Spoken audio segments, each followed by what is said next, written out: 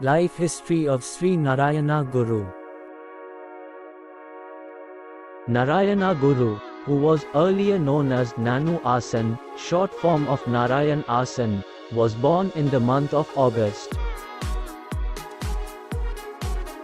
His father was Madan Asan. He was called Asan because he used to read Puranas and explain the meaning to the villagers gathered in his house. Madanashan's house was in Chempazhanthy village, 10 hours north of Thiruvananthapuram. The house that bears witness to the humble birth of Guru Narayana, who later became famous, is preserved even today. Mother Kutti Amma Shanta Prakrata. She was a devotee of God and a person who could easily think of anything. Before Nanu turned 20 years old, that Sadhvi reached the next world. Like Dasaputri Satyavati, who gave birth to Vyasa Harshi, they too had no desire to claim anything about tradition or wealth. Their virtues were innate after coming of age. Nanu took up the Puranic interpretation and recitation of his father.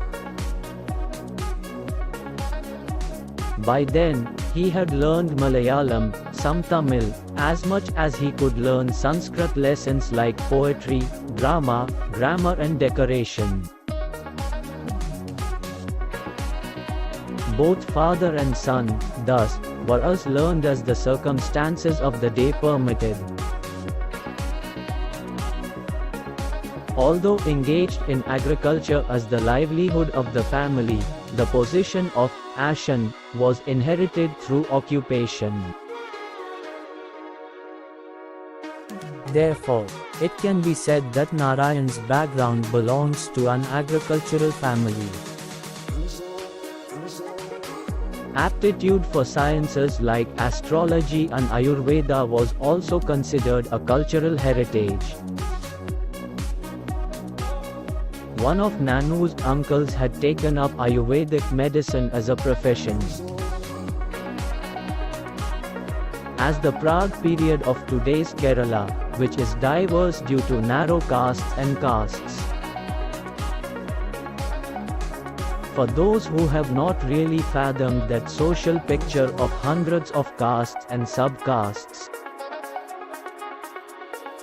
it would be misleading to characterize Guru Narayana as a backward caste, Ezhava, as many are now doing. These caste names have no meaning beyond being caste names added to each list for the convenience of foreign colonial rulers and Christian missionaries until a correct social history of Kerala, which is full of riddles and diversity, is honestly written. Nanu had lost weight in childhood and had a body shape suitable for sports. The infallible boy could easily throw mangoes from a huge bowl near the house. During his education, Nanu had flawless handwriting and straight and pure manners. Even at that time, the biographers point out that the boy was interacting with all the children of the village, either forgetting the caste rules or breaking them. Lessons were not difficult at all for Nanu, never punish. His teachers saw him as such a disciple. But his inquisitive mind is always keenly questioning everything. Like a scientist, he insisted on evaluating causes in the light of experience. I have heard that the medicinal properties have often been tested by applying them to the body itself.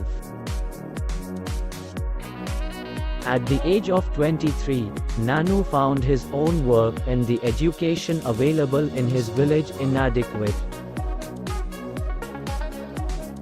Once he left home without telling anyone and went to a village 20 hours north.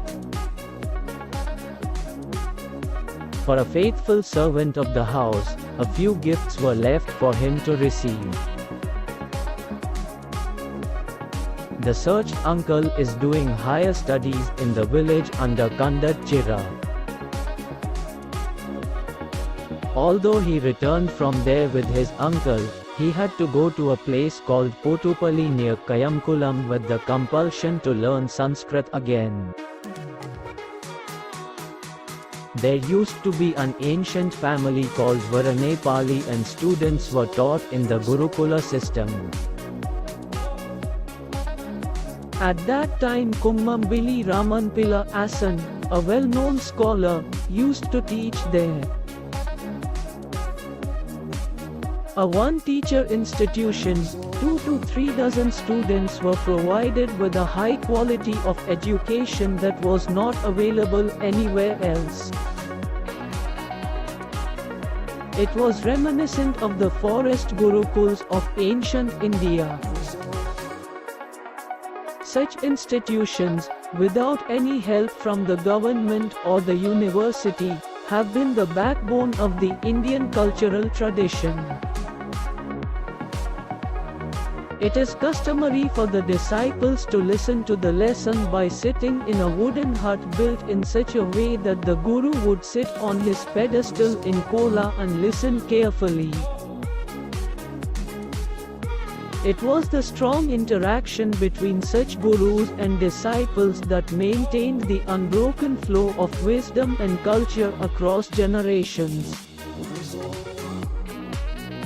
Life in this school was neither peaceful nor introverted except for Nanu. Among the Sataityas of that time, Pranali Krishnan Vidyang and Veltri Kesavananashan later became famous in their own fields.